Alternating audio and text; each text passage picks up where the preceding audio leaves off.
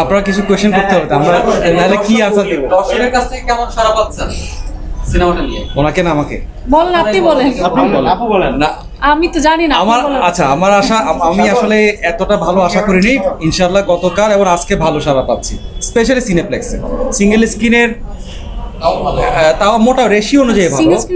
Single মানে একটা ওগুলি ইংলিশ মানে ওগুলি সিনেপ্লেক্সে টার্ন হয়েছে আর কি দেখে, বাট সিনেপ্লেক্সে ডুইং গুড।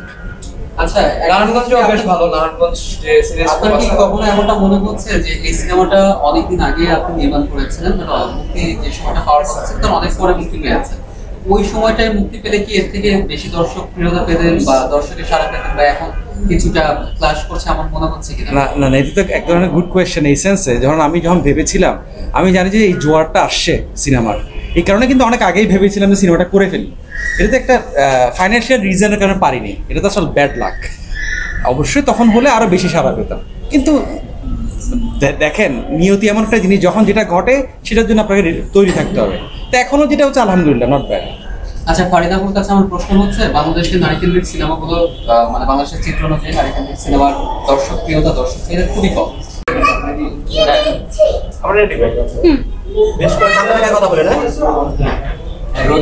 আপনারা কিছু কোয়েশ্চেন করতে হবে, আমরা নাহলে কি আনসার দেব? দর্শকের কাছ থেকে কেমন সাড়া পাচ্ছেন সিনেমাটা নিয়ে? ওনাকে না আমাকে? বলেন, আপনি বলেন। আপু বলেন না, আমি তো জানি না। আমার আশা, আমি আসলে এতটা ভালো আশা করিনি। ইনশাআল্লাহ গতকাল এবং আজকে ভালো সাড়া পাচ্ছি, স্পেশালি সিনেপ্লেক্সে। সিঙ্গেল স্ক্রিনের তাও মোটা রেশিও অনুযায়ী ভালো। সিঙ্গেল মানে একটা ওগুলি ইংলিশ মানে ওগুলি সিনেপ্লেক্সে টার্ন হয়েছে আর কি দেখে, বাট সিনেপ্লেক্সে ডুইং গুড। আচ্ছা, নারায়ণগঞ্জও বেশ ভালো। নারায়ণগঞ্জ যে সিরিজ, আপনার কি কখনো এমনটা মনে হচ্ছে যে এই সিনেমাটা অনেকদিন আগে আপনি নির্মাণ করেছিলেন, মুক্তি যে সময়টা পাওয়ার কথা তার অনেক পরে মুক্তি পেয়েছে, ওই সময়টায় মুক্তি পেলে কি এর থেকে বেশি দর্শক প্রিয়তা পেতেন বা দর্শকের সাড়া পেতেন, বা এখন কিছুটা ক্লাশ করছে এমন মনে হচ্ছে কিনা? না, এটা তো এক ধরনের গুড কোয়েশ্চেন এই সেন্সে, আমি যখন ভেবেছিলাম, আমি জানি যে এই জোয়ারটা আসছে সিনেমার, এই কারণে কিন্তু অনেক আগেই ভেবেছিলাম যে সিনেমাটা করে ফেলি। এটা তো একটা ফাইন্যান্সিয়াল রিজনের কারণে পারিনি, এটা তো আসলে ব্যাড লাক। অবশ্যই তখন হলে আরও বেশি সাড়া পেতাম, কিন্তু দেখেন নিয়তি এমন একটা জিনিস, যখন যেটা ঘটে সেটার জন্য আপনাকে তৈরি থাকতে হবে। তো এখনও যেটা হচ্ছে আলহামদুলিল্লাহ নট ব্যাড। আচ্ছা, ফারিদা আপুর কাছে আমার প্রশ্ন হচ্ছে, বাংলাদেশের নারীকেন্দ্রিক সিনেমাগুলো মানে বাংলাদেশের চিত্র অনুযায়ী নারীকেন্দ্রিক সিনেমার দর্শক প্রিয়তা খুবই কম। আমি আপনার সিনেমাটা দেখেছি, ওই জায়গায় আপনার ড্রেসিং টেবিলের সামনে আপনার যে অ্যাক্টিংটা ছিল, ওটা আমার কাছে একজন অডিয়েন্স হিসেবে যথেষ্ট ন্যাচারাল মনে হয়েছে। সো ওইটা আসলে ওইটার কাহিনীটা একটু জানতে চাই, ওটার জন্য আপনার কতটুকু প্র্যাকটিস করতে হয়েছে বা নিজেকে কিভাবে প্রিপেয়ার করেছে, বা আমাদের সামনে বা অডিয়েন্সের জন্য কি ওইভাবে কিছুটা করা যায় কিনা, লাইক আপনি কান্না করতে করতে হাসতেছেন বা হাসতে হাসতে কান্না করে ফেলছেন? না, এটা তো আসলে একটা দুইটা আমি গুণে শেষ করতে পারবো না, কতগুলো ক্যামেরা আমার সামনে। তো এইভাবে আমাকে বললে আমি হবে না, বিকজ আসলে এটা তো মনের ভেতর থেকে একটা জিনিস আসতে হয়। তো ওই যখন মিররের সামনে বসাচ্ছিলাম, ফর সাম রিজন আমি যেটা করি যে I try to connect my own emotion with the scene. তো আমি মিররে যখন বসি এবং আমার নিজের চোখের দিকে নিজে তাকাই, নিজের মনের ভেতর কিছু মনোলগ রান করি, তখন আসলে আস্তে আস্তে আমার নিজের কিছু পার্সোনাল এক্সপিরিয়েন্স সাথে ফাতিমার বা সুবর্ণার পার্সোনাল এক্সপিরিয়েন্স সব কিছু মিলে ওটা একটা অর্গানিক রিয়াকশন ছিল, এবং ওটা একটা টেকেই আমরা ওকে করেছিলাম। সো লাকিলি ওই সময় আসলে সব সময় হয় কি সব শট ওরকম ভালো শট হয়তো হয় না, বা ওই শটটা দেওয়ার পর আমার কাছেও ভালো লেগেছিল আসলে। সো সব কিছু মিলে আর ওই শটটা ওই সময় হয়ে গেছে। So thank you that you liked that shot. Cinema নায়িকা হিসেবে আপনি কি মানুষ চাচ্ছে আপনার মানে পরিকল্পনা? আমি আসলে কোনোভাবে পরিকল্পনা করে কাজ করি না। আমার কাছে যখন যেটা ভালো স্ক্রিপ্ট আসে, ভালো কাজের অফার আসে, আমি সেভাবে পিক করার চেষ্টা করি। এবং আমি তো অনেকদিন ধরেই বলছি যে আমি আসলেই একটা সিনেমা করতে চাই, আমাকে প্রত্যেকেই জিজ্ঞেস করতো ভালো আপনার সিনেমা কবে আসবে। তো at least I am so glad যে সিনেমা স্টার্টিংটা তো হলো, এখন আশা করছি সামনে ভালো স্ক্রিপ্ট পেলে, ভালো অভিনয়ের জায়গা, ভালো ডিরেক্টর সব কিছু মিলে বড় পর্দায় ভালো কাজ করার সুযোগটা পাবো। মানে আমার জন্য দোয়া করবেন যাতে পাই। সিনেমায় রেগুলার হওয়ার কি ইচ্ছা আছে কিনা? রেগুলার বলতে আসলে রেগুলার টার্মটা আমি ঠিক জানি না কিভাবে ডিফাইন করতে হয়, বিকজ এখন রেগুলারিটির মানে যদি হয় যে হ্যাঁ আমার বছরে এতটা সিনেমা করতে হবে বা একটার পর একটা সাইন করে যাব, কিন্তু সিনেমাটা হয়তো ওরকম প্রত্যাশা অনুযায়ী হবে না, সেই রেগুলারটা আমি করতে চাই না। কিন্তু যখনই কোনো সিনেমা করি, হয়তো কোনো না কোনো একটা জায়গায় যদি ওরা আমাকে প্লাস করে, তখনই সেটা করতে চাই। হয় সেটা আমার ক্যারিয়ারে অভিনয়ের ক্ষেত্রে প্লাস করবে, না হলে দর্শক জনপ্রিয়তার ক্ষেত্রে প্লাস করবে, বা একটা না একটা প্লাস থাকতে হবে। একটা গতকাল মুক্তি পেল, তারপর আজকে দুদিনের চোখে নিশ্চয় পড়েছে যে আপনারা 3টে সিনেমা গতকাল মুক্তি পেল, তার ভিতরে 2টে সিনেমা পারমিশন নিয়েছে। আপনারা আজকে ক্যামেরার সামনে একটু ক্লিয়ার করেন। ও আচ্ছা, ব্যাপারটা আচ্ছা না, এটা একটা মিসআন্ডারস্ট্যান্ডিং হচ্ছে। আজকে সকালে আমি সেটা জানতে মূলত যেটা হয় আপনারা সেটা সবাই জানা থাকা উচিত। আমরা যেটা করেছি, আমরা পারমিশন নেই কথাটা একদম ভুল। আমরা পারমিশন নিয়েছি 10ই মে নেওয়ার পর আমরা হল পাচ্ছিলাম না, মানে সিনেপ্লেক্সগুলো পাচ্ছিলাম না। আর একটা জিনিস আমি সবার আগে বলি, আমি পরিবেশক না, আমি সিনেমার প্রযোজক এবং সিনেমার ডিরেক্টর, কিন্তু আমি সিনেমার পরিবেশক না। সো আমরা ডিপেন্ড অন পরিবেশক, ডিস্ট্রিবিউটরের উপর আমরা ডিপেন্ডেন্ট। যখন আমি ডিস্ট্রিবিউটর বললাম 10 তারিখ সিনেমাটা মুক্তি দিতে চাই, ডিস্ট্রিবিউটর বললো তো এখন তো আসলে হল সুইটেবল পাওয়া যাচ্ছে না, এখন কি করা যেতে পারে। আমি যে আপনিই বলেন, আমি তো সব কিছু প্রিপারেশন নিয়ে ফেলেছি। তখন সে বললো যে আপনি একটা কাজ করেন, আমরা কী বলে যে এখানে দিয়াবাড়িতে একটা হল আছে, দিয়াবাড়িতে একটা হলে অফিসিয়ালি রিলিজ করে দেন, সরকারের নিয়ম অনুযায়ী আপনারা যদি রিলিজ করে দিই তাহলে good enough, according to law is enough, আপনি রিলিজ করে দিয়েছেন। তারপর আপনি পরবর্তী সময়ে হলের সুবিধা অনুযায়ী রিলিজ করেন, সেটা পাবলিকলি ঘোষণা করেন। It happen simple that way. এনে লিগ্যালিটি ইনলিগ্যালিটির কোনো ইস্যু না। অ্যাজ এ লিগ্যাল ম্যাটার আমরা 10 তারিখে রিলিজ করেছি, কিন্তু সেটা পাবলিকলি আমরা বলিনি, বিকজ আমরা সুইটেবল হল পাচ্ছিলাম না। তারপরে আমরা 24 তারিখ ঘোষণা করেছি। এই নাথিং ছাড়া তো আসলে কোনো মেয়েকে দুটার বেশি সিনেমা না। আর একটা জিনিস ভুল ইনফরমেশন আপনারা জানেন, ফাতিমা একমাত্র সিনেমা না যারা এরকম আগে রিলিজের দিয়ে পরবর্তী রিলিজ করে। Not only this is the 8ম সিনেমা, এই 7ম নাম্বারের রেফারেন্স নিয়ে আমি এই কাজ করেছি। এর আগে অন্তর্জালা আছে, শ্যামা কাব্য আছে, এর আগে আরও কয়েকটা সিনেমা আছে, 7টা সিনেমা টোটাল আছে যারা আগে অনুমতি নিয়ে এরকম সিঙ্গেল স্ক্রিনে নানা স্ক্রিনে কি বলা যায় পাবলিশ করার পরে পাবলিকলি ঘোষণা করেছে 7 দিন পরে, 10 দিন পরে, 12 দিন পরে। এটা নতুন কিছু না, এবং নতুন কিছু না বলেই আমি সেটা করেছি। আপনারা মানে প্রথম সপ্তাহ দ্বিতীয় সপ্তাহ আপনাদের হল সংখ্যা বাড়তে পারে, আপনার প্ল্যান? আমার প্ল্যান পার্সোনালি আমরা আসলে সিনেপ্লেক্সে থাকতে চাই। এটা আমাদের মনে হয় যে আমাদের দর্শক সিনেপ্লেক্সেরই দর্শক। গত 2 দিন ধরে সিনেপ্লেক্সের দর্শক সংখ্যা বাড়ছে, কমছে না, এটা একটা আশাবাদ। তো সিনেপ্লেক্সের দর্শক বাড়ছে, চিটাগাংও ভালো করছে ছবিটা, এই বসুন্ধরা ভালো করছে, এসকেএসে ভালো করছে, সনিতেও ভালো করছে। তার মানে সিনেপ্লেক্সের দর্শক ভালো করছে। এই কারণে দর্শকদের থ্যাঙ্কফুল। যেই মিডল ক্লাস দর্শক অনেক বছর ধরে একভাবে আমাদের ফ্যামিলির মানুষজন দূরে সরে গেছিল, ওরা যে আসছেন, আমাকে সব বিভিন্ন জনকে ট্যাগ দিচ্ছেন, শেয়ার দিচ্ছেন, এই কারণে থ্যাঙ্কফুল। লাস্ট একটু জানতে চাই, আমাদের ফারিন এখন ইন্টারন্যাশনাল অ্যাওয়ার্ড পায় বা ইন্টারন্যাশনালি অনেক ভালো ভালো তারকা উইশ করে, ফারিনকে নিয়ে কাজ করে। প্রথমত ফারিন যে 2টা বিজ্ঞাপন করেছিল, একটা বিজ্ঞাপন আমার সাথেই করেছে, ইউনিলিভারের একটা বিজ্ঞাপন। ওই নাম বলার দরকার, আচ্ছা সরি, নাম বলছি এই কারণে টু আন্ডারস্ট্যান্ড। তো তখন কিন্তু ওর সঙ্গে কিন্তু আমার পরিচয়ই ছিল না, বাট কাজ করতে গিয়ে আই রিয়েলাইজ যে এই মেয়ের মধ্যে, ওর মধ্যে এমন একটা কোয়ালিটি আছে যে এটা নার্চার করলে অনেক অনেক দূর যাবে। তো এটা একেবারে আমার পার্সোনাল। আমরা কিন্তু অনেক তখন বড় টিম ছিলাম, আমি তখন ইনফ্যাক্ট তখন অনেক বিজ্ঞাপনও বাড়া, আমার সবাই মানা করছিল বিজ্ঞাপনটা স্টপ করেন না, ফিল্মে পরে করেন। আমি এগুলি না শুনে সিনেমাটা শুরু করেছি।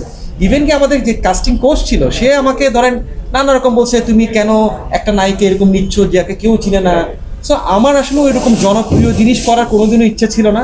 আমি চেয়েছি যে একটা ভালো ফিল্ম বানাতে, সেটা যদি জনপ্রিয়তা পাই তাহলে আলহামদুলিল্লাহ, কোনো সমস্যা নাই। কিন্তু এই সিনেমাটাও যে এখন যে জায়গায় এসে দাঁড়িয়েছে, আমরা কিন্তু এই সিনেমাটা স্ক্রিপ্টিং ছিল না, সো এই সিনেমা বাংলাদেশের ইতিহাসে সর্বপ্রথম সিনেমা যে এরকম এক্সপেরিমেন্ট করে এই জায়গায় আসে, it never happened before. So এইটারও কিন্তু একটা ইন্টারেস্টিং কি বলা যায় দিক আছে আর কি, যে সিনেমাও এরকম দুনিয়াতে হয়েছে কিন্তু বাংলাদেশের ইতিহাসে আগে কখনো হয়নি। সো ওই জায়গা থেকে this is very much experimental cinema. আপনাদের মতো আমরাও দেখতে চাই যে how is going to work. And at least আমার মনে হয় যে ভাইয়া মানে সিনেমা এত বাংলাদেশের শেলফ হয়ে যায়, প্রত্যেকটা ছবি সাইন হয় বা শুটিং হয় বা অর্ধেক হয়, তারপরে যে বন্ধ হয়ে যায়। ফাইন্যান্সিয়াল একটা ক্রাইসিসে তো আমরা সবসময় ভুগি, সিনেমার প্রযোজকদের একটু মানে অসুবিধা হয়, বাট সেই জায়গা থেকে কাটিয়ে উঠেও যে ভাইয়া আরেকটা বিকল্প রাস্তা বের করে সিনেমাটা কমপ্লিট করেছে এবং এখন রিলিজ পেয়েছে, মোটামুটি অডিয়েন্সও দেখছে।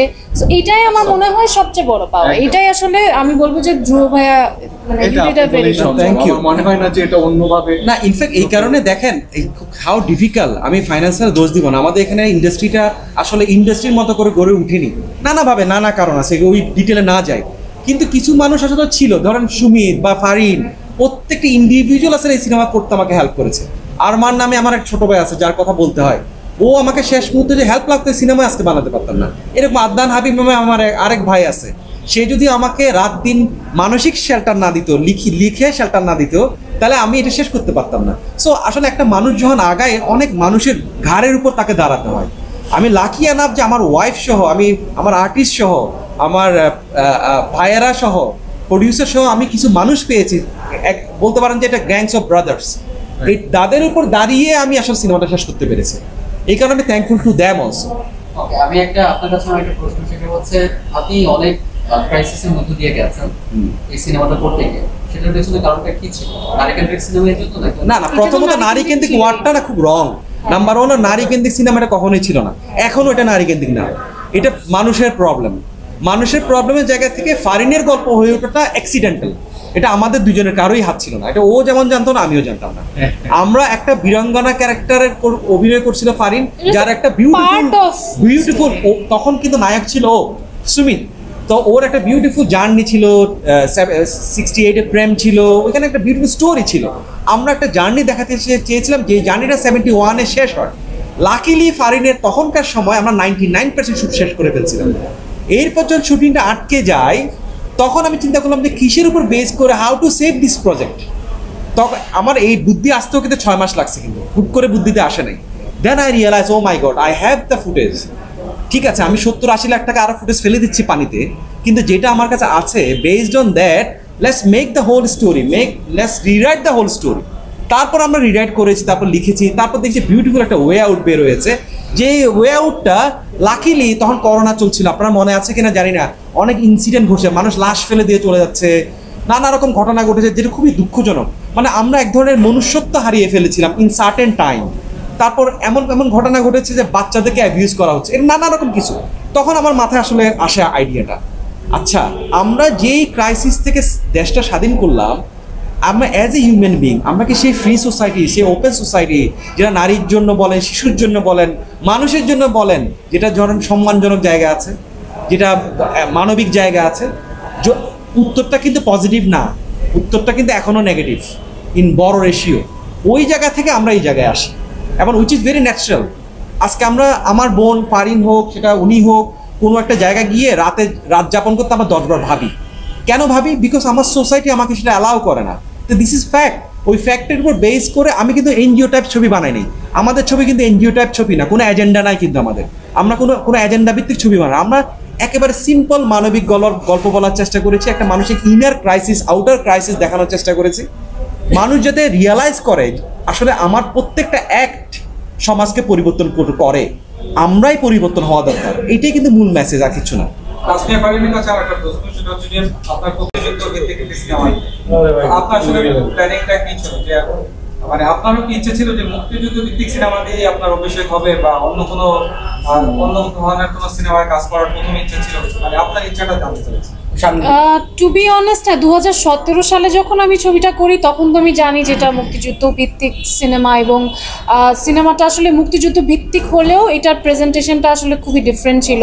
এটা অনেক কমার্শিয়াল প্রেজেন্টেশন এবং ক্লাইম্যাক্স, রোম্যান্স সব কিছু ছিল। মানে আমার কাছে মনে হয়েছে যে ইউজুয়ালি আমরা যে ধরনের মুক্তিযুদ্ধের সিনেমা দেখি তার থেকে অনেক ডিফারেন্ট একটা সিনেমা, এবং I was very excited. But in the mean time তো তারপর তো আর ওটা হলো না। বাট হ্যাঁ, পরবর্তী প্ল্যানে I wasn't totally on board, I am gonna be honest. আমার মধ্যে সংশয় ছিল, আমার মধ্যে মনে হয়েছিল যে আমি চাই আমার প্রথম সিনেমা এমন একটা সিনেমা করতে যেটা আমি 100% জানি যে ব্যবসা সফল হবে।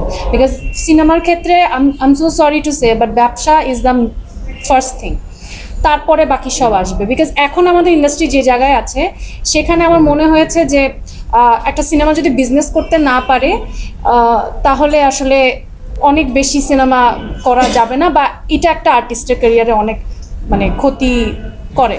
সো সেই জন্য আসলে আমার মধ্যে একটা সংশয় ছিল। বাট তারপর যখন আমরা সিনেমাটা কাজ করি এবং বিভিন্ন ফেস্টিভ্যালে প্রশংসিত হয়, এবং যারা যারা দেখে আশেপাশে সবাই আসলে যারাই দেখেছে খুব প্রশংসা করেছে, তখন আমার মধ্যে একটা কনফিডেন্স আছে যে না, আমার মনে হয় যে অ্যাটলিস্ট যারা দেখবে সিনেমাটা ওয়ার্ড অফ মাউথে এটা স্প্রেড হবে, বা হয়তো যারা একটু ডিফারেন্ট সিনেমা দেখতে পছন্দ করে, বা যাদের মধ্যে একটু আছে না যে সিনেমার বোধটা আছে, বা একটু দেশের বাইরের সিনেমা দেখতে ইউজ টু, বা এই ধরনের যারা মাল্টিপ্লেক্সের অডিয়েন্স, তাদের কাছে হয়তো ভালো লাগবে। তো সেই জায়গা থেকে পরবর্তীতে আমার মনে হয়েছে না যে সিনেমাটা রিলিজ করা।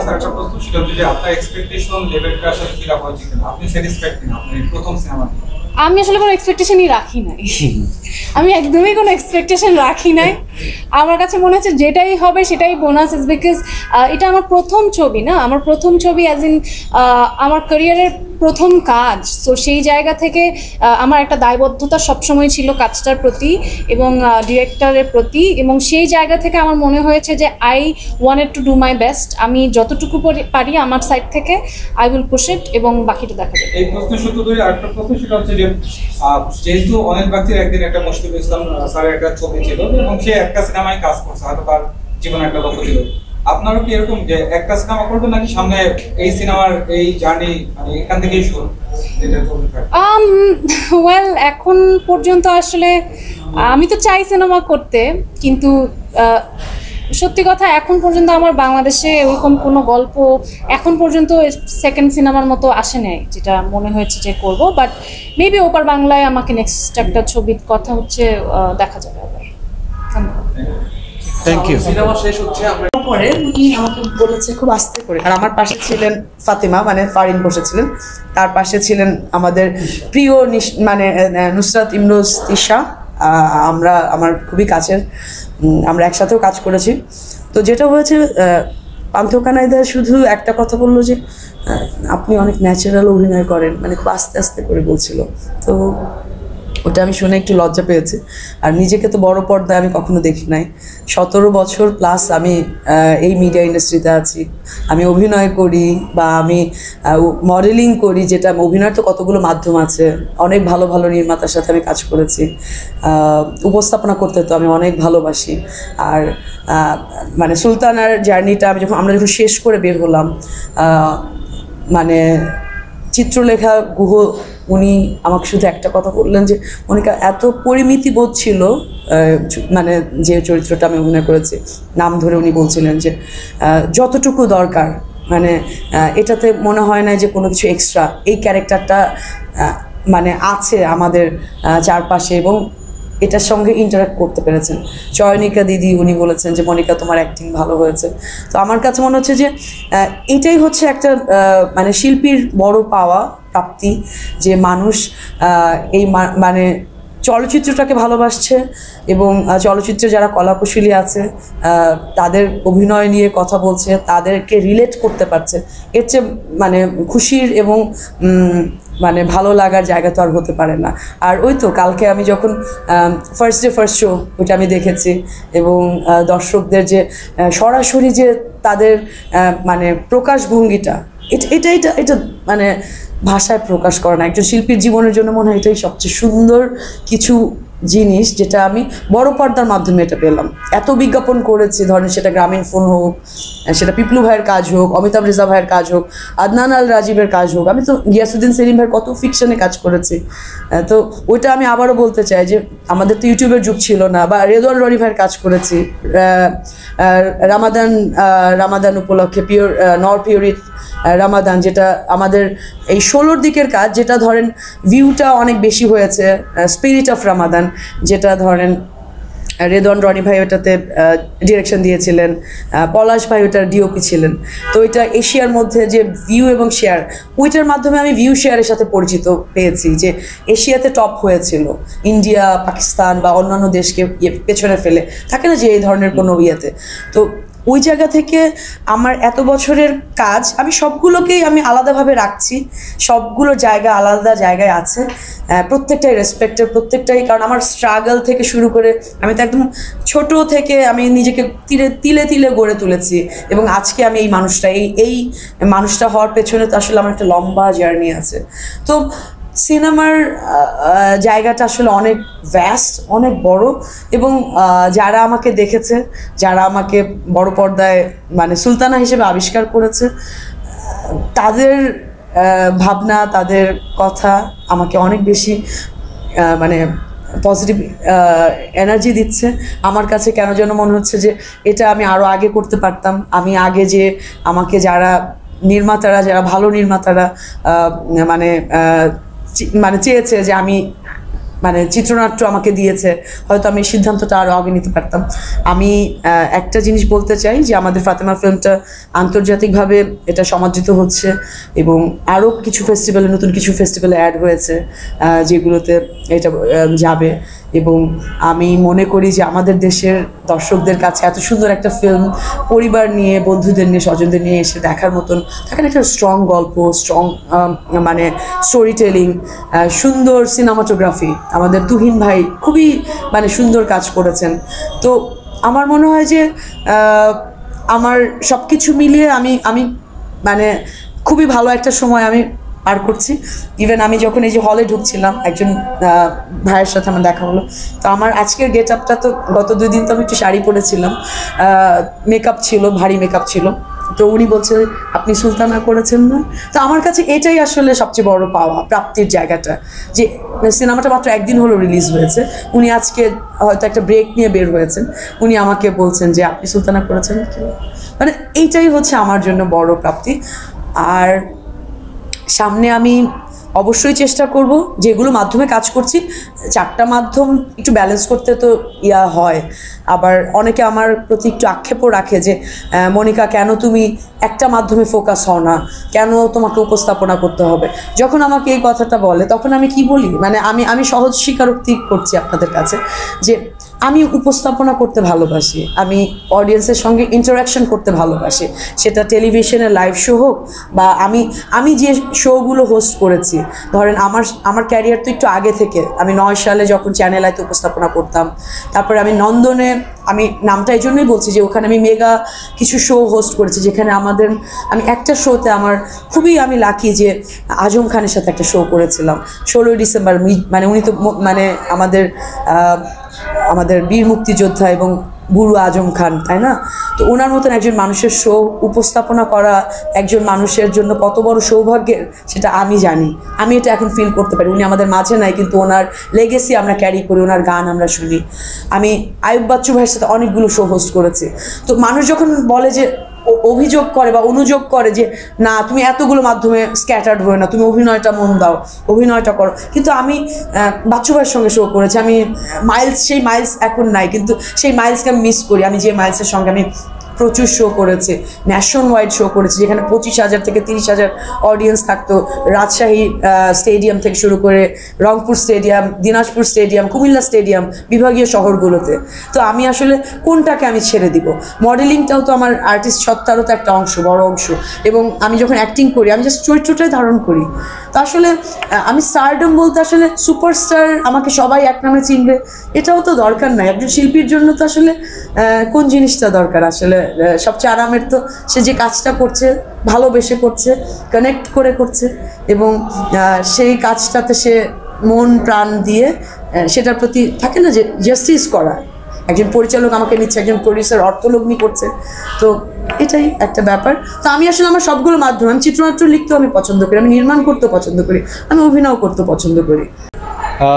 দেখেন তো মানে জাস্ট রিলিজ হলো, তো রিলিজের পর মানে একটু আশ্চর্য, মানে আমি নিজেও একটু বিস্মিত, কারণ হচ্ছে সাধারণত দেখা যায় যে ট্র্যাকের সিনেমা এগুলো ফাতেমা, তো সাধারণত আমাদের কমার্শিয়াল ঘটনা বা কমার্শিয়াল বেসটা না, তো বাট মানুষ যে ধরনের সাড়া দিচ্ছে, তো মানে এটা আমি এটা আমার নিজের কাছেও অনেক বেশি ভালো লাগছে এবং আমি এটাকে অনেক বেশি এনজয় করছি বলতে পারেন।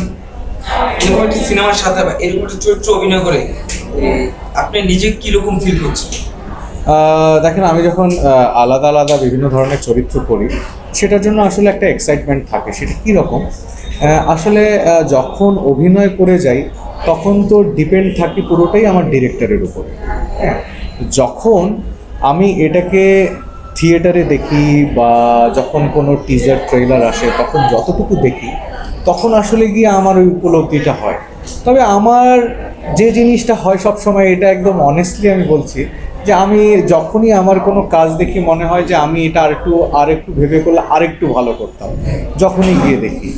বাট হয়তোবা এটা আসলে মানুষ তো এরকমই, অ্যাকচুয়ালি কী হয়, মানুষ যখন একটা কাজ করে, এটা যখন অনেকদিন পরে দেখে, তখন মানুষ মনে হয় যে সে ওই সময় আরেকটু চাইলে আরেকটু ভালো করতে পারত। এটা হয় স্বাভাবিক, অ্যাজ এন অ্যাক্টরেরও যখন এই ব্যাপারটা থাকে, তো এটা তার কাজের স্পৃহাটাকে বাড়ায়। তো সেই দিক থেকে আমি বলবো যে এইখানে যে চরিত্রটা রয়েছে রাগীব চরিত্রটা অনেক ইন্টারেস্টিং, এবং আমি এটা প্লে করতে পেরেছি, যে আমি এটা অনেক বড় সৌভাগ্যবান, যে কারণ এখানে এই রাগীব চরিত্রটা একদম মুক্তিযোদ্ধার চরিত্র, এবং তার থেকেও বড় কথা হচ্ছে আমি যখন এই চরিত্রটা করি, তো তখন আমার এই চরিত্রের পেছনে অনেকগুলো স্টাডি ছিল।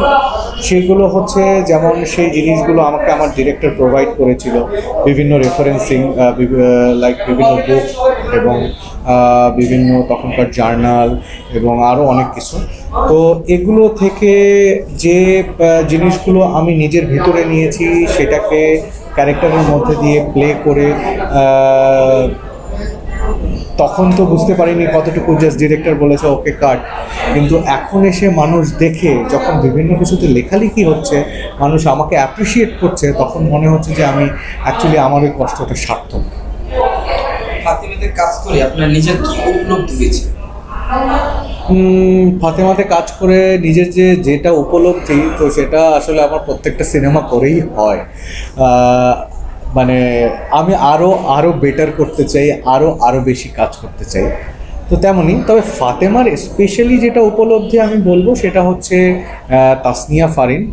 আমি আসলে আমরা যখন প্রথম কাস্ট হই দুজনই এই সিনেমাটার জন্য, তারপরে ফারিন যখন ফার্স্ট ডে থেকে ওর শ্যুট যখন শুরু হয়, তো গ্র্যাজুয়ালি আমরা সবাই ধীরে ধীরে মুগ্ধ হতে থাকি ওর অভিনয় দেখে।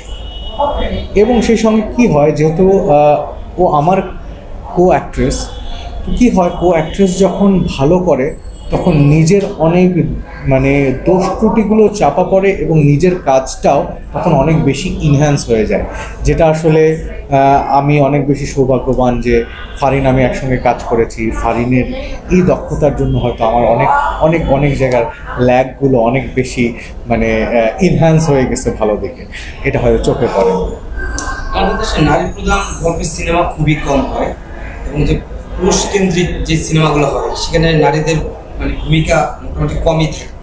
এরকম এই নারীদের সিনেমাতে কিন্তু যে পুরুষ চরিত্রগুলো আছে, তাদের ব্যক্তি বলেন, তাদের গুরুত্ব বলেন, সেরকম কিন্তু থাকে না। এরকম একটা সিনেমা আপনি যুক্ত হলেন, আপনার চরিত্রে এই সিনেমা কতটুকু প্রভাব ফেলেছে বলে আপনি মনে করেন? আচ্ছা, এটা একটা লম্বা জার্নি। আমি একটু সংক্ষেপে এই লম্বা জার্নিটা বলি। এটা 2016 সালে যখন আমি আসলে, এটাও তো ধ্রুব ভাই, মানে ধ্রুব হাসান আমার এই ফাতেমার যে ডিরেক্টর, ধ্রুব ভাইয়ের ফার্স্ট ফিল্ম এটা। তো উনি বেসিক্যালি একজন খুবই দক্ষ এবং পপুলার এবং খুবই রিনোন অ্যাড ফিল্ম মেকার। তো আমার তার সাথে পরিচয় হচ্ছে, আমি প্রথম তার একটা অ্যাড ফিল্মে কাজ করি। আমি ওনার একটা ইগলু আইসক্রিমের একটা বিজ্ঞাপন করেছিলাম। তো সেখান থেকে উনি আমাকে চুজ করে তার ফিল্মের নায়ক হিসেবে। তো তারপরে উনি বলল যে আমি লিখছি, আমার পুরোটা শেষ হোক, তারপর আমি তোমার সঙ্গে বসবো। তো আমরা যখন ফার্স্ট ডেতে আমি ধ্রুব ভাইয়ের সঙ্গে বসি, তো প্রথম যে ব্রিফটা ছিল ধ্রুব ভাই, এবং এই গল্পটার নাম ছিল তখন দাহকাল। আমরা দাহকাল নামেই এই গল্পটা শ্যুট শুরু করি। এটা আসলে একটা পিরিয়ডিক্যাল ফিল্ম ছিল। 1968 থেকে 1971 মানে আমাদের স্বাধীনতা যুদ্ধ, এই পিরিয়ডটাতেই পুরো ফিল্মের গল্পটা ছিল। তো তখন যখন আমি এটা করতে যাই, আমার আসলে যেটা বলবো, আমি তো বাংলাদেশি, আমার জিনে বাঙালি রক্ত। সো অ্যাজ এ বাংলাদেশি আমার 1971 সাল বা মুক্তিযুদ্ধ, এটা আমার জন্য অনেক বড় একটা চেতনার জায়গা। তো সেইটা নিয়ে কোনো একটা কাজ হবে, সেটার সঙ্গে আমি যুক্ত থাকবো, এটাই আমার কাছে তখন অনেক বড় ব্যাপার ছিল, অনেক বড় ব্যাপার। তারপরে হচ্ছে কোনো একটা ফিল্ম যেটা এই রিলেটেড, তারপরে হচ্ছে এরকম একটা ক্যারেক্টার। তো তখন ওই ব্রিফে উনি আমাকে বলেছিল যে এই ক্যারেক্টারটা আমাদের শহীদ জননী জাহানারা ইমামের ছেলে শহীদ রুমির ঠিক বায়োগ্রাফি থেকে নেওয়া।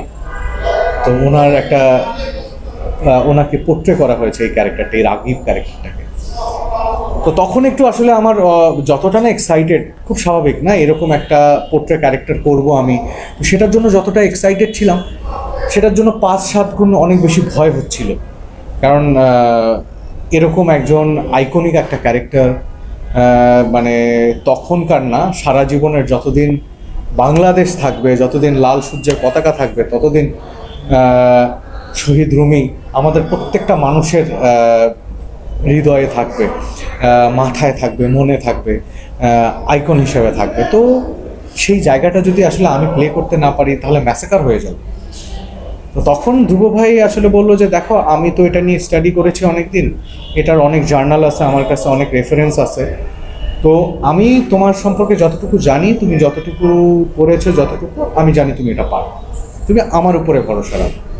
তো আগাগোড়াই আমি যে জিনিসটা, আমি নিজে অ্যাক্টর হিসেবে যে জিনিসটা আমি সবসময়ই করি, সেটা হচ্ছে আমি ডিরেক্টর অ্যাক্টর হতে চাই সবসময়, আমি নিজেকে ডিরেক্টরের কাছে ছেড়ে দিই। তো তখন হয় কি, অনেক কিছু সেফ থাকে, কারণ এই ক্যারেক্টারের ভিশনটা ডিরেক্টরের থাকে। তো ডিরেক্টর যখন ওকে বলে, তখন আসলে ওই ভিশনের, হয়তো আমার মনে হয়, আমি তো অত বড় অভিনেতা নই, হয়তো আমার মনে হয় ওই ভিশনের 80% আমি কাছাকাছি নিয়ে যেতে পারছি, তাই সে ওটাকে ওকে বলে, এটা আমার মনে হয়। তো তাই আমি যথাযথভাবে আমি নিজেকে একদম ডিরেক্টরের কাছে ছেড়ে দিলাম। তো পুরো এই জার্নিটার গাইডলাইন ছিল হচ্ছে আমার ডিরেক্টর, পুরো রাস্তা দেখিয়ে দিয়েছে। অনেক জার্নাল ছিল, অনেক রেফারেন্স, অনেক বই, বিভিন্ন অনেক কিছু, অনেক বই থেকে ঘাটাঘাটি। তো 3 মাসের প্রপার জার্নি। তো সে আমাকে বলেছিল যে তুমি যদি করতে পারো সুমিত, এটা একদম উড়ায় যাবে, আর যদি তুমি ফেইল করো, তাহলে তুমি ডুববা আমাকে সঙ্গে নিয়ে ডুববা, কিন্তু আমি যতটুকু তোমাকে জানি, তুমি যদি সিরিয়াসলি নাও, তুমি তাহলে এটাকে করতে পারো। তো তখন আসলে আমি এটাকে ওইভাবেই নিয়েছিলাম, আমি সিরিয়াসলি নিয়েছিলাম জিনিসটাকে, যে আমার ডু অর ডাই, আমাকে এটা করতেই হবে। 3 মাসের একটা লম্বা জার্নি। 3 মাসে 1.5 মাসে আমার রুম, আমার ঘরে চারদিকে শুধু poster and paper cutting and ত্যান, এগুলো ছড়ায় ছিটায় লাগানো ছিল। মানে লাগানো বলতে আমি ওগুলো দেখতাম, ওগুলো নিতাম, ওগুলো থেকেই সারাদিন খেতাম, পড়তাম, ভাবতাম, এরকমই ছিল সাউকে। তো আফটার দ্যাট আমি তখন আর একটা প্রিপারেশন ছিল, তখন আমার বয়স অলরেডি, আমি 28। তো আমাকে ওই সময়টা লাগবে হচ্ছে 18 থেকে 19 বছর, এরকম একটা চরিত্র। তখন আমার ওয়েট কমায় ফেলতে হবে। ওটা ছিল আমার 1.5 মাসের একটা জার্নি, যে কি বলে, সল্ট কাট, সুগার কাট, যা যত কিছু। ইভেন দো এই 18 দিন আমাদের একটা জার্নি ছিল শ্যুটের, যেটা হচ্ছে একটা ডিটেনশন ক্যাম্পে, যেখানে জার্নিটা, এই শ্যুটটা হয়, রাগিবকে মেরে ফেলা হয় টর্চার করে। ঠিক ওই শ্যুটটা আসলে আমার জন্য একটা অনেক বড় অ্যাচিভমেন্ট আমি বলবো, এবং আমার ইন্সপিরেশন আমার নিজেই ছিল, এবং আমি বলবো যে আমার অনেক স্ট্রাগল পিরিয়ড ছিল ওইটা। তো আমি 18 থেকে 19 দিন আমি টোটালি কোনো খাবার খাইনি। হ্যাঁ, খেয়েছি, এমন না যে খাইনি, যে একটু খিদে লাগলো, জাস্ট আজকে একটু চিকেন অ্যান্ড এইটুকু, দ্যাটস ইট। তো যাতে আমার চোখে মুখে অ্যান্ড এভরিওয়ার আমার ওই ব্যাপারটা থাক। তো সো মানে it's been a long journey. এটা এত স্ট্রাগল পিরিয়ড হওয়ার পরে সিনেমাটা মাঝখানে বন্ধ হয়ে যায়। মানে আমি জানি না, আমার আর আমার ডিরেক্টর আমরা দুজনই সব থেকে বেশি ডিসঅ্যাপয়েন্টেড হয়ে গেছিলাম। এটা আমার উপলব্ধি, কারণ আমি অনেক তার কাছাকাছি ছিলাম, সবসময় তার সঙ্গে এটা নিয়ে আমার কথা হতো, 1-to-1 কমিউনিকেশন হতো, তাই হয়তো আমি তার ব্যাপারটা বুঝতে পারতাম। কিন্তু তা নয়, আসলে এন্টায়ার টিম এতটাই ইনভলভ ছিল এই গল্পটার সঙ্গে, এই এটার সঙ্গে, যে 65% শ্যুট হবার পরে এরকম একটা অবস্থায় বন্ধ হয়ে যায় সিনেমাটা। তো সেখান থেকে অনেক দিন পর তখন ধ্রুব ভাই বললো যে আমি তো ওভাবে আর এটাকে বানাতে পারছি না। তো আমি তখন একটা অন্যভাবে আমার সঙ্গে ডিসকাস করলো, আমাদের আদার্স আর্টিস্ট এদের সঙ্গে ডিসকাস করলো, করে জিনিসটাকে বললো যে আমরা এইভাবে দেখতে চাই। সেটা হচ্ছে যে একটা নারী তার দৃষ্টিকোণ থেকে আমরা সমাজকে দুটো পিরিয়ডে দেখতে চাই, একটা হচ্ছে বর্তমান আর একটা হচ্ছে অতীত। তো এই অতীতটা ফিল্মে রিল লাইফ, আর প্রেজেন্টটা একদম রিয়েল লাইফ। পার্থক্যটা এখানে, তার যে সিনেমার বা গল্পের যে নায়কটা, সেই নায়কটা হচ্ছে সবসময়ই সৎ এবং প্রোগ্রেসিভ, তাকে সবসময় সাপোর্ট করে। আর মানে রিয়েল লাইফ যে চরিত্রটা, সুবর্ণার যে বয়ফ্রেন্ড থাকে, সেই নায়কটা, সেটা আসলে এটা আমি বলবো এটা গল্প দেখার জন্য। এখানে কিছু টুইস্ট এবং সাসপেন্স আছে, যেগুলো হয়তো আমি বলে দিলে সিনেমাটার উপরে অ্যাট্রাকশনটা আপনাদের থাকবে না বা স্পয়লার হয়ে যাবে। এই এবার তো তার হ্যাঁ, আপনার নতুন কাজে যে এশা মার্ডার সিনেমার পোস্টার লঞ্চ মানে প্রকাশ পেয়েছে, সেখানেও নারী প্রধান গল্প সিনেমা, এখানে আপনাকে কোন ভূমিকা দেখা যাবে? আচ্ছা, এশা মার্ডার কেস, ওকে। এশা মার্ডার কেস হচ্ছে যে এটা কপ ক্রিয়েশনের 6th প্রোডাকশন। আমি কপ ক্রিয়েশনে অ্যাকচুয়ালি আমি অ্যাক্টিংয়ের পাশাপাশি ওখানকার মার্কেটিং ডিপার্টমেন্টটা দেখতাম, আমি হেড অফ মার্কেটিং। তো আমি প্রথম আমি আমার ওখানকার যে প্রডিউসার সানি ভাইয়ের সঙ্গে আমি এই ফিল্মটা প্রডিউস করছি, ওনার সঙ্গে ওনাকে সহযোগিতা করছি, এবং আমি সেই সঙ্গে এটার ক্রিয়েটিভটা আমি করছি এশা মার্ডার কেস। তো এশা মার্ডার কেস নিয়ে যদি আমি বলি, আমি ইন ফ্রন্ট অফ ক্যামেরাও যতটুকু কাজ করছি, তো বিহাইন্ড দ্য ক্যামেরা এর থেকে বেশি আমার দায়িত্ব, এখানে অনেক বেশি কাজ করছি। তো এটা একটা 2009 সালের একটা ট্রু ইভেন্ট। এটা ইয়েতে আজিমপুরের একটা বাড়িতে 7 দিনের ডিকম্পোজড একটা বডি পাওয়া যায়। সেই বডিটা যখন আসলে ইনভেস্টিগেশন করতে যায় পুলিশ, অবশ্যই একটা মেয়ের ডেড বডি ছিল, সেটা যখন ইনভেস্টিগেশন করতে যায় তখন দেখা যায় যে 4 জনকে সাসপেক্ট পাওয়া যায়, এবং 4 জন সাসপেক্ট ওই মার্ডারের দিন ওই বাড়িতে সামহাউ এসেছিল, এবং সবার ফিঙ্গারপ্রিন্ট আছে। এবং মজাটা হচ্ছে যে কেউ স্বীকার করছে না কে মার্ডারার, এবং এই যে মিস্ট্রিটাকে উদ্ঘাটন করাটাই হচ্ছে এশা মার্ডার কেস। তবে আমরা এটাকে কর্মফল বলছি, যে আমরা একটা টুইস্ট রাখছি গল্পে, যেহেতু এটা একটা সিনেমা হিসেবে আসছে থিয়েটারে, তো সিনেমাটিক করার জন্য আমরা কিছু টুইস্ট রাখছি, যে টুইস্টগুলোকেই আমরা বলছি যে কর্মফল।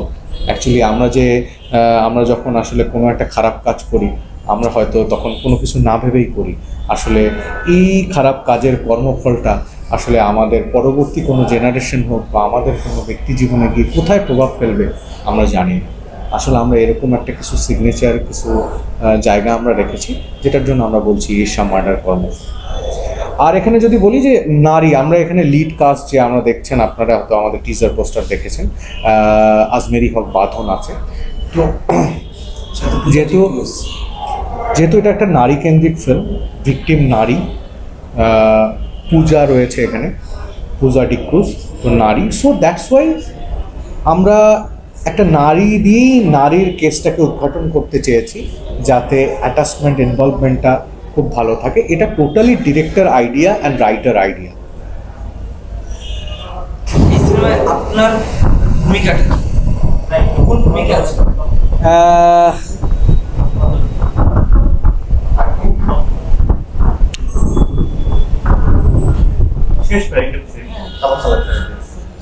মানে এশা মার্ডার কেসে আপনি কোন চরিত্রে আছেন? আচ্ছা, এশা মার্ডার কেসে আমার চরিত্রটা খুবই মিস্টিরিয়াস। আমি এখানে আমাদের যে এএসপি লিনা থাকে, লিনার হাজব্যান্ড থাকি আমি। তো সে একজন ডাক্তার থাকে, খুবই মিস্টিরিয়াস। আমি এর থেকে বেশি বলতে পারবো না, বললে হয়তো মিস্ট্রিটা আসলে স্পয়লার হয়ে যাবে। আমার কাছে মনে হয় যে এটা হলে গিয়ে দেখাটাই বেটার। অবভিয়াসলি আপনারা অনেক বেশি এনজয় করবেন, এবং এই টাইপের এই জনরার মার্ডার মিস্ট্রি ফিল্ম বাংলাদেশে এটাই প্রথম থিয়েটারে রিলিজ হচ্ছে। তো হোপসো আমরাও চেষ্টা করে গেছি যে আপনারা যে ধরনের মার্ডার মিস্ট্রি এবং থ্রিল দেখতে পছন্দ করেন, লাইক আমরা যে ধরনের ফিল্মগুলো এখন দেখে থাকি, Kannada film, Malayalam film, south Indian film, বা আমরা যে ধরুন বাইরে যে ফিল্মগুলো দেখে থাকি, আমরা অনেকটা রেফারেন্সিং, আমাদের রেফারেন্স ওই ধরনের মুভি। তো আমরা চেষ্টা করেছি ওই ধরনের কাছাকাছি নিয়ে যাওয়ার জন্য পুরো ফিল্মটা জুড়ে। তো হোপসো আমরা এটা আপনারাই বলবেন আমরা কত কাছাকাছি নিয়ে যেতে পেরেছি। এবার আপনার নতুন কাজের খবর জানতে চাই, এই সিনেমা বাদেও নতুন কি সিনেমা আসছে বা আরো কি কাজ আছে? নতুন আরেকটা আসছে এবার কোরবানি ঈদে, আমার আরেকটা সিনেমা ময়ূরাক্ষী, যেটা পরিচালনা করেছেন রাশিদ পলাশ। রাশিদ পলাশের সাথে ওরও প্রথম সিনেমা, আমারও প্রথম সিনেমা ছিল পদ্মাপুরাণ, যেটা আসলে আমি বলবো আমার জীবনের অন্যতম একটা সিনেমা। তো ওটার পরে আবার যদি আপনি বলেন যে আমরা ওই জুটি এবং সাথে আরও নতুন কাউকে নিয়ে আমরা একটা নতুন ফিল্ম নিয়ে আসছি, ময়ূরাক্ষী। এখানে ইয়ামিন হক ববি রয়েছে, আমি রয়েছি, সুদীপ বিশ্বাস দীপ রয়েছে, এবং সেই সঙ্গে সাদিয়া আরিফিন মাহিও রয়েছে, আমার পদ্মাপুরাণের নায়িকা। তো সব মিলে এটা একটা দারুণ প্যাকেজ হবে।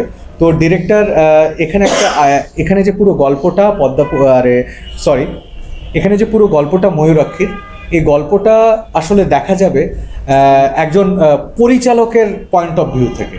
মানে যে তার বলা একজন ডিরেক্টর বিং এ ক্যারেক্টার, আমার ক্যারেক্টারটা হচ্ছে পরিচালক রাইসু। এই রাইসুর পয়েন্ট অফ ভিউ থেকে পুরো জিনিসটাকে দেখা যাবে, পুরো সিনেমাটাকে, ময়ূরাক্ষীটাকে। তো এটা একটা মিস্টিরিয়াস ক্যারেক্টার। রাইসু যেমন ফানি, তেমন বেশি সাসপেন্স আছে ক্যারেক্টারটাতে, এবং একটু damn care character. He is the only one director, মানে সে কাউকে কেয়ার করে না এরকম, বাট ফাঁকে ফাঁকে এটা নিয়ে অনেক মজা আছে। তো বাকি মজাগুলো আসলে আপনারা সিনেমাতেই দেখবেন। দাদা এখানে একটু এই যে পর্যায়ক্রমে যেই সিনেমাগুলোর নাম আসছে, মানে বেশিরভাগ সব নারী গল্প প্রধান সিনেমা। ময়ূরাক্ষী, সেখানে একজন হিরোইনকে কেন্দ্র করে, পদ্মপুরাণ করেছে, সেখানে একজন নারীকে কেন্দ্র করে, এশা মার্ডার কেস, এর আগে আপনি করেছেন মহুয়ার সুন্দরী। হ্যাঁ, এগুলো কি কাকতালীয় নাকি আপনি চুজ করেন? দেখেন, কাকতালীয় বলবো না, আবার আমি চুজ করি যদি এটা বলেন, এটা 80% ঠিক, আমি চুজ করি। আর কাকতালীয় ব্যাপারটা না, ব্যাপারটা হচ্ছে যে